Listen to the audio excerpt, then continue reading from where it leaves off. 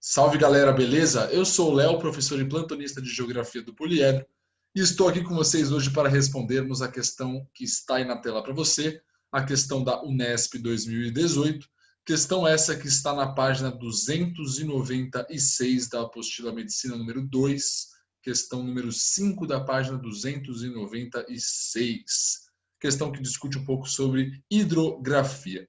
Vamos dar uma lida nesse enunciado e aí depois a gente discute um pouco das alternativas, beleza? Vamos lá. Qual é a dinâmica pela qual evolui a rede de rios? O sistema evolui espontaneamente para o estado mais conveniente de energia mínima, impulsionado pelo fluxo de água e energia vindos de tempestades, avalanches e transportes de sedimentos. Trata-se de um processo de auto-organização da paisagem.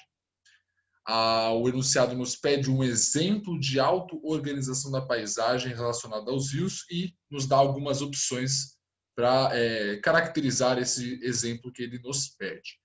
Então, na alternativa A, nós temos a retificação dos cursos d'água. Alternativa B, nós temos a epirogênese de materiais. Alternativa C, ele fala de lixiviação pedogênica. A alternativa D fala de escoamento laminar. E, por fim, a alternativa E fala de formação de padrões meândricos, a alternativa E, que, por sua vez, é a alternativa correta.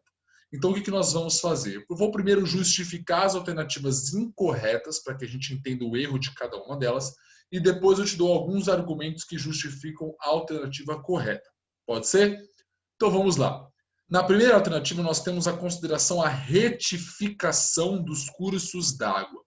O que significa retificação de um curso d'água? O nome, o termo retificação, é um processo não natural, um processo artificial, através do qual um rio passa a ter o seu curso reto. Retificar o curso de um rio é tornar o curso deste rio um curso reto, um curso perfeitamente reto. Isso geralmente é feito, especialmente em áreas urbanas, nas quais existe uma grande necessidade de ocupação das várzeas, das margens dos rios, e se esse rio for um rio de comportamento meândrico ou meandrante, né, aquele comportamento sinuoso, isso eventualmente dificulta a ocupação dessas margens. Então, para que seja facilitada ou para que seja viabilizada a ocupação das várzeas, das margens dos rios, em algumas ocasiões ocorre esse processo de retificação de um curso d'água. Portanto, não podemos caracterizar isso como um processo de auto-organização, justamente pelo fato de se tratar de um processo antrópico, um processo realizado pelas sociedades, e não um processo que naturalmente ocorre no decorrer das dinâmicas naturais. Tudo bem? Eu vou mostrar a seguir uma imagem para a gente entender um pouco melhor essa ideia, mas retificação de um curso d'água não corresponde a um processo de auto-organização, pensando, né, na paisagem natural. Na alternativa B, ele fala de epirogênese de materiais. Para lembrar rapidinho, a epirogênese é, na verdade, um processo tectônico, um processo endógeno, um processo que envolve a dinâmica das forças internas do nosso planeta. E não está, portanto, tão diretamente associado a isso que estamos discutindo.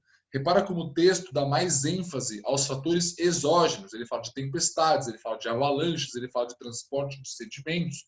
São todos processos que estão mais intimamente relacionados a fenômenos climáticos, a fenômenos hidrológicos ou hidrográficos, de modo geral.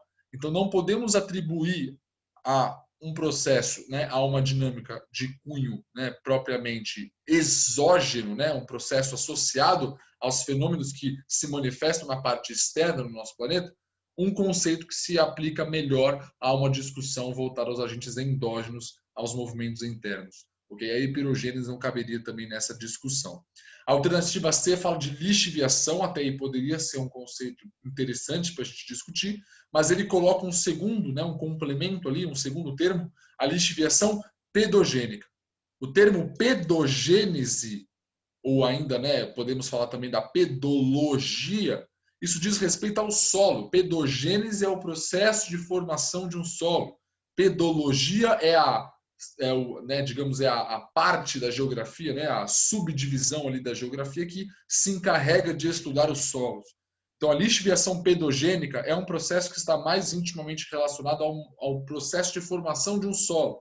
Não está assim tão diretamente relacionado àquilo que estamos discutindo no texto, que é um processo de auto-organização da paisagem natural associada particularmente aos rios, tudo bem? Então, lixiviação pedogênica também não é tão adequado ao contexto teórico aí que é proposto pelo texto em questão, tudo bem? Na alternativa dele, ele fala de escoamento laminar. Escoamento laminar também é um processo que está muito intimamente ligado à dinâmica de formação dos solos.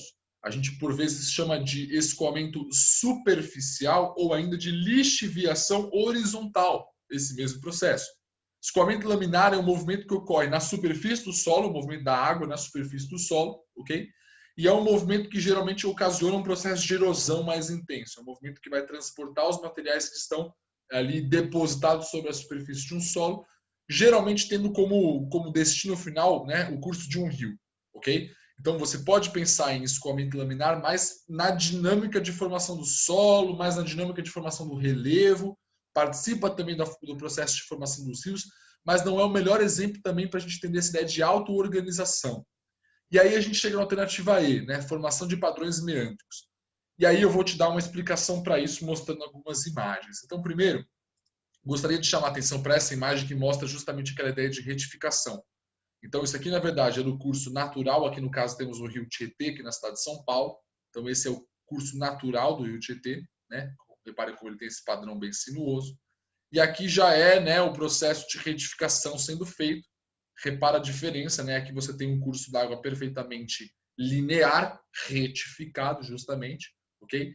E aqui, por outro lado, o rio ainda na sua extensão original, ok?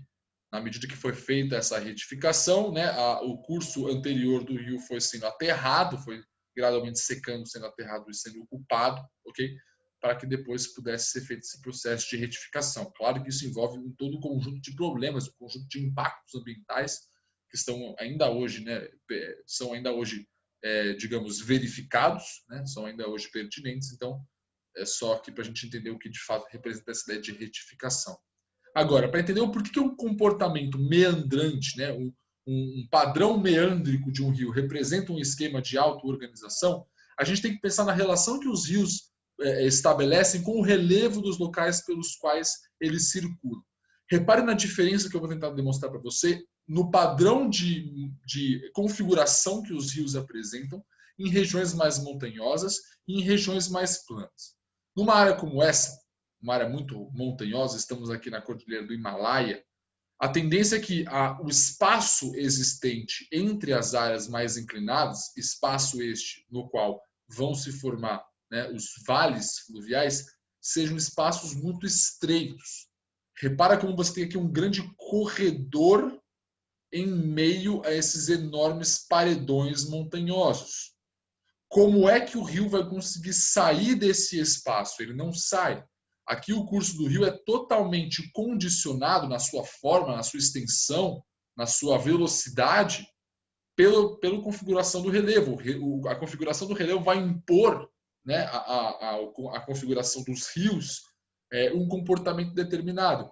Então, em regiões mais montanhosas, a tendência é que o rio tenha um comportamento bem retilíneo, porque ele não tem a possibilidade de alargar o seu curso d'água, justamente por conta, né, desses gigantescos paredões limitando o curso do rio.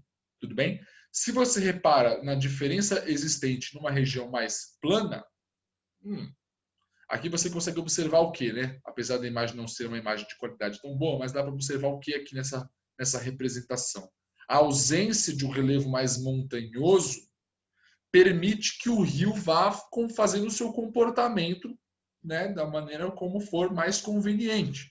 Então, essas grandes curvas que o rio faz, que a gente chama de meandros, está muito associada àquilo que o texto chama a atenção, né? A ideia de o menor gasto energético possível. Claro que o rio não é um ser vivo e vai gastar energia, né? Mas a ideia é o fluxo da água ele vai ocorrer através dos locais em que houverem menores resistências a esse movimento. Então, nos locais que você tiver um relevo mais plano, nos locais que você tiver essa característica, né, da ausência de barreiras naturais, a água vai se alargar, ela vai se espraiar mais. Repara nessa outra imagem aqui também que representa a diferença entre as coisas, né? Então, o rio de comportamento retilíneo, quando ele chega numa área mais plana, ele passa a assumir esse comportamento meândrico ou meandrante. Tudo bem? Então, a diferença fundamental seria essa, entender a relação com o relevo para estabelecer essa condição, né? Opa, em um ambiente mais plano, o rio tem a possibilidade de alargar o seu curso, de realizar um tipo de movimento diferente do que ele faria numa área mais de relevo mais montanhoso. Então, né, os padrões meandrantes, meândricos, eles são tipicamente associados, portanto, às regiões de relevo mais plano.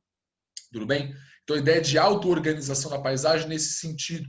Uma experiência que você pode fazer para tentar entender e fazer um paralelo com isso que nós estamos falando é pegar, por exemplo, né, se você tiver aí na sua casa um quintal, alguma área que você possa fazer esse experimento, pega um copo d'água e joga no chão. Parece até meio bobo, né? Mas se você pegar um copo d'água e jogar no chão, você vai observar como a água vai se espraiar. Se você tiver um local em que existem barreiras limitando o movimento dessa água, a água vai ficar mais limitada a uma determinada região. Se você tiver uma área mais aberta, na ausência de obstáculos, a água vai se espraiar o quanto for possível. Tudo bem? Então, a ideia de auto-organização da paisagem está muito relacionada a essa associação entre o movimento que a água realiza e a configuração do relevo. As duas coisas estão intimamente relacionadas. E a formação dos padrões meândricos é um exemplo disso, por quê? Porque os padrões meândricos se formam particularmente, né, na ausência dessas barreiras do relevo, num processo justamente de auto-organização. O rio vai se organizar, vai se configurar da maneira como for mais conveniente, né, justamente aquela ideia de energia mínima, né, coisas nesse sentido. Tudo bem, gente? Então é isso aí. Espero que tenha ficado claro e vou ficando por aqui, meus queridos. Até a próxima. Bons estudos para você.